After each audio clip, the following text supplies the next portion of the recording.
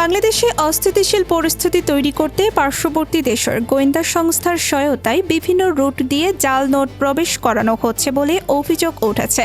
খবর অনুযায়ী প্রায় ২ লক্ষ কোটি টাকার সমপরিমাণ এই নকল নোট ইতোমধ্যেই দেশে ঢুকেছে বা ঢোকার চেষ্টা চলছে। বিষয়টি প্রকাশ্য আনেন প্রবাসী সাংবাদিক জুলকার নাইন সায়ের তার এক ফেসবুক পোস্টে। তথ্য অনুযায়ী দেশের অভ্যন্তরে প্রবেশ করা এসব নোট অত্যন্ত নিখুঁতভাবে ছাপানো হয়েছে। কাগজ, নিরাপত্তা, সুতা, হলোগ্রাম প্রিন্ট সবকিছুই মূল বাংলাদেশি নোটের মতোই করা হয়েছে।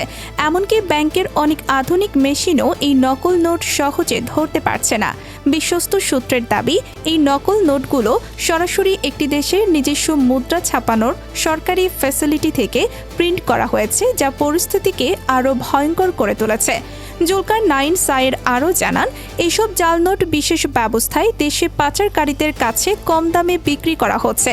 এর উদ্দেশ্য শুধু অর্থনৈতিক ক্ষতি নয়, বরং দেশের ভেতরে নাশকতামূলক কার্যক্রমকে অর্থায়ন করা। অর্থনীতির ভিত নষ্ট করে রাজনৈতিক অস্থিরতা তৈরির ষড়যন্ত্র রয়েছে এর পেছনে। এদিকে বাংলাদেশের বর্ডার গার্ড ও বিভিন্ন গোয়েন্দা সংস্থা বিষয়টি গভীরভাবে নজরে রেখেছে।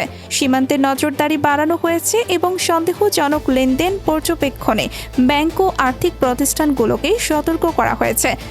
বিশেষজ্ঞরা বলছেন, এ ধরনের নকল নোট প্রতিরোধে জনসচেতনতা খুবই জরুরি। সাধারণ মানুষকে জাল নোট চিহ্নিত করার কৌশল জানতে হবে এবং ব্যাংকিং লেনদেনে অতিরিক্ত সতর্কতা অবলম্বন করতে হবে। অর্থনীতি বিশেষজ্ঞদের মতে, এত বিপুল পরিমাণ নকল নোট ছড়িয়ে পড়লে তা মুদ্রাস্ফীতি বাড়িয়ে দিতে পারে, বাজারে অস্থিরতা সৃষ্টি করতে পারে এবং দেশের আর্থিক খাতের ওপর দীর্ঘমেয়াদী ক্ষতিকর প্রভাব ফেলতে পারে। দেশের নিরাপত্তা সংস্থা ও সরকারি কর্তৃপক্ষ ইতোমধ্যেই জনগণকে সতর্ক থাকার আহ্বান জানিয়েছে, যাতে অর্থনৈতিক অস্থিরতা সৃষ্টির এই প্রচেষ্টা ব্যর্থ হয় এবং দেশের আর্থিক খাত নিরাপদ থাকে।